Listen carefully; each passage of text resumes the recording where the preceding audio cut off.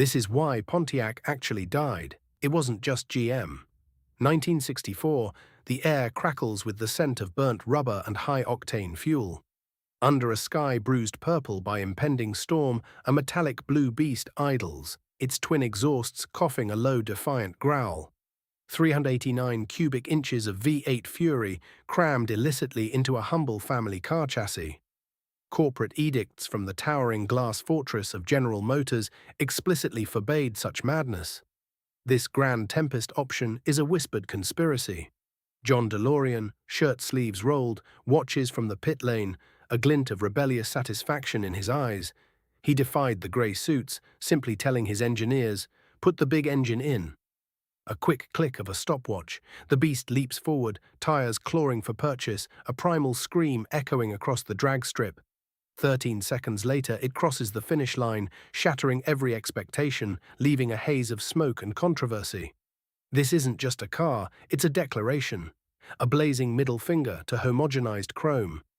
For a brief, glorious moment, Pontiac is the very soul of American performance. But the roar of that engine also awakens a powerful, unforgiving force, a boardroom full of men who will tolerate rebellion only so long as it turns a profit. And the cost of defiance? It's about to be calculated down to the last painful dollar. The year is 1956. Inside the polished, imposing offices of General Motors, Pontiac is a brand adrift, known for its conservative, almost geriatric sedans. It's a brand that blends into the parking lot, not one that turns heads. But a seismic shift is brewing. A new general manager, S.E.A. Bunky Knudsen, strides into the boardroom, tasked with a radical transformation. He immediately surrounds himself with young, ambitious engineers, John DeLorean and Pete Estes. Their mandate is clear: shed the beige, embrace the bold. Their mission wasn't just to update cars, it was to inject adrenaline directly into the brand's bloodstream, to make Pontiac synonymous with excitement. By 1959, their vision began to materialize dramatically. Pontiac unveiled its wide track styling, pushing wheels further out to the fenders, giving their cars an aggressive planted stance that looked like no other on the road. This wasn't just aesthetics, it improved handling, lending the cars a muscular, predatory look that resonated with a younger, more rebellious audience. Pontiac was suddenly cool, a beacon for those who craved individuality and a thrilling ride. But this was just the opening act for the audacious plans DeLorean and Estes had already begun to hatch in secret.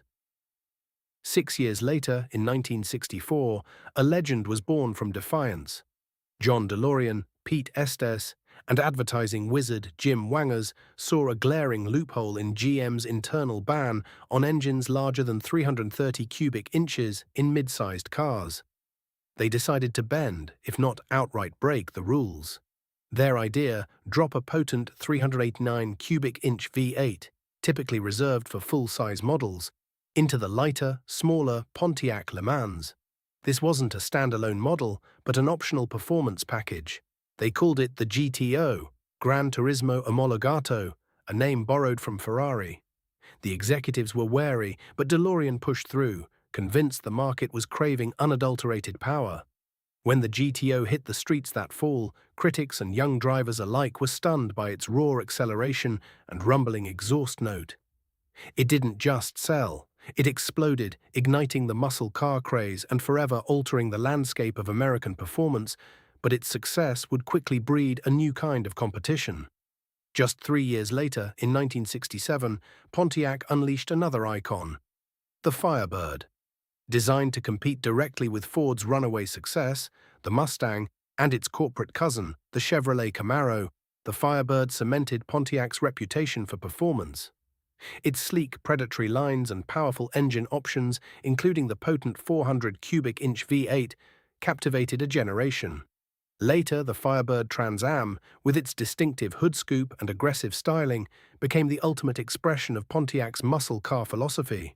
Engineers meticulously tuned its suspension for sharper handling, creating a car that was as thrilling on a winding road as it was in a straight line.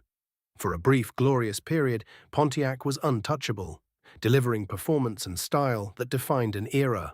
Then, in 1973, a perfect storm began to gather, threatening to extinguish the very fire Pontiac had ignited. The first oil crisis hit, sending fuel prices skyrocketing and consumer demand shifting dramatically towards economy. Simultaneously, tightening emissions regulations began to choke off engine power, forcing manufacturers to detune their mighty V8s. Add to this the rising insurance costs for high-performance cars, and the muscle car era, as DeLorean had conceived it, seemed destined for the scrap heap. Performance became a liability, not an asset, and Pontiac was forced to confront a world where raw power was no longer king. The question loomed: could the brand pivot, or would it be stripped of its very identity? 4 years later, in 1977, a glimmer of the old Pontiac magic briefly returned, ironically, in an era of waning performance. The film Smokey and the Bandit exploded onto screens, and its true co-star wasn't Burt Reynolds, but a black and gold Pontiac Trans Am.